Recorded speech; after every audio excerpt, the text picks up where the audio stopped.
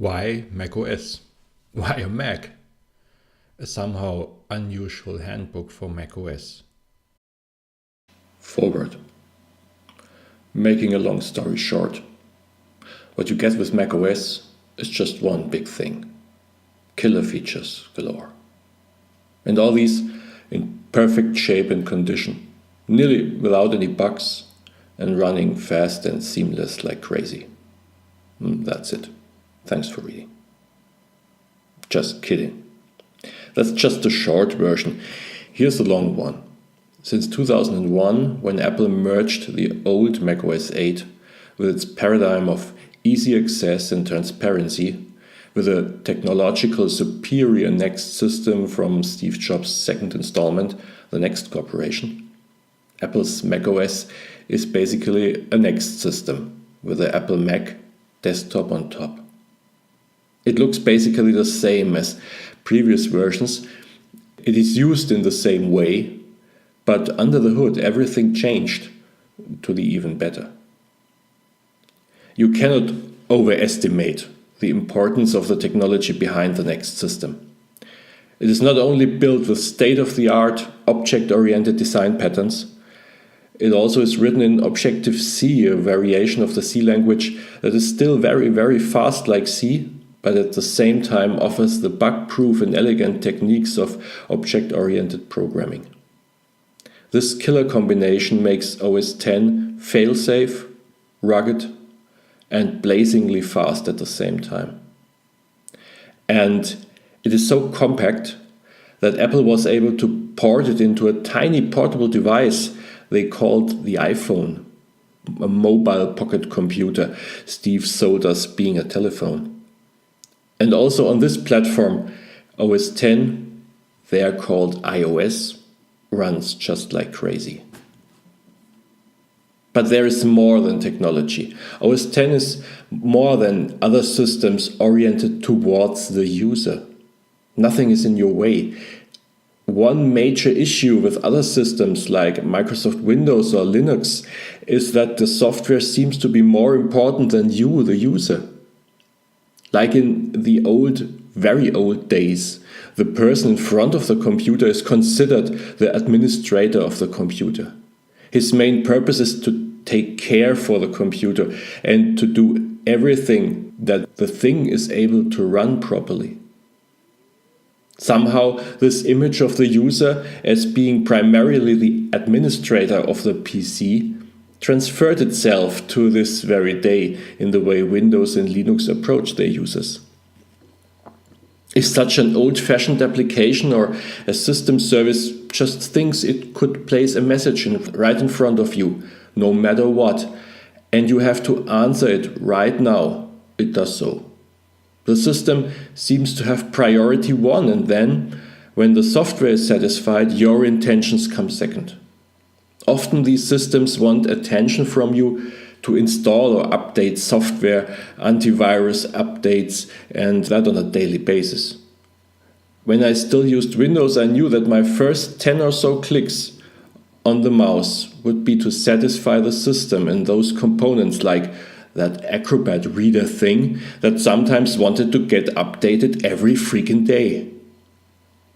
But this is not the image the user has in the Apple philosophy. Not so in macOS. Completely not so. Even if the system just runs a backup or updates something, you normally can even shut down the whole system or log out from your user without, one, being held up by the system, and even more important, without damaging the system and having it not start or bombard you with error messages next time around. And on macOS, you don't even need an antivirus software anyway, because nobody managed to write any kind of virus for it till this very day, and that's for 15 years. With the exception, of course, of Microsoft Office Trojans that Microsoft Office manages to bring to the Mac. No app is allowed to interrupt the user. And of course, not with ads or unnecessary things. When you start a Mac, it is at your service, not the other way around. When today you buy a Windows PC, you get so much software with it that the system is nearly unstable. With a Mac, only comes software from Apple and not one single trial software. For more than 15 years now, Apple improves and develops this brilliant system. And here is why it is even better than that. OS X has a lot of functions built in that you need additional third-party software for in other systems, if they even exist. And this bonus software is not like the other apps of that kind worth what they cost. This software is really good. Crucial functions, important functions, system-relevant functions, but that's obvious what we talk about in this book. In this book, we deconstruct what was added to macOS over the years. This automatically results in a logical understanding how some of the services and apps came to the system and for what purpose. Naturally, we're not talking about all the features of macOS X. You certainly know what Windows are for.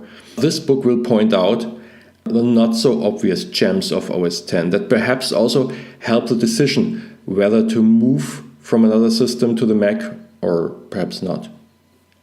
If you understand the evolution of something, you more deeply understand its use and purpose and what it was meant for in the first place. If you understand the history of things, you are able to understand them on a different level, in a different dimension, time. Not only for the crazy ones. This book is for everyone who thinks about switching over to the Mac, but is not quite sure if this is a good idea. At least a step of this magnitude means a lot of change, and it takes some effort to undergo that change. Nothing's without a price. This book will give you information about features and reasons why, in the eyes of the author, the Mac is a brilliant system that is very much worth the extra money Apple charges for their systems and the extra mile to go to move over to it. Simply put, you will get any penny back in form of quality, usability, and relaxed working.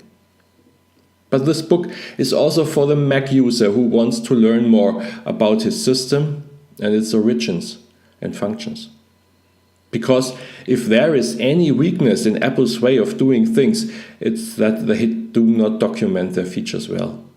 Indeed, macOS has a lot of very powerful features that don't get used to their full potential, either because Apple does not use them a lot themselves in their own apps, or because nobody seems to understand the sheer power that lies within them. The tagging of files on file system level is such an example. And that way, this book might help also the experienced Apple user to find out features and possibilities to use the Mac they were always looking for but were afraid to ask. Is the author a fanboy? Don't get me wrong, I'm not a fanboy, of course not. Who wants to be called that anyway? I don't recommend all that I am writing about in order to feel connected to something more significant and bigger than I feel myself. I solely recommend this because I can see the major difference between this system and the other competing ones, and I really like helping you making these advantages work also for you.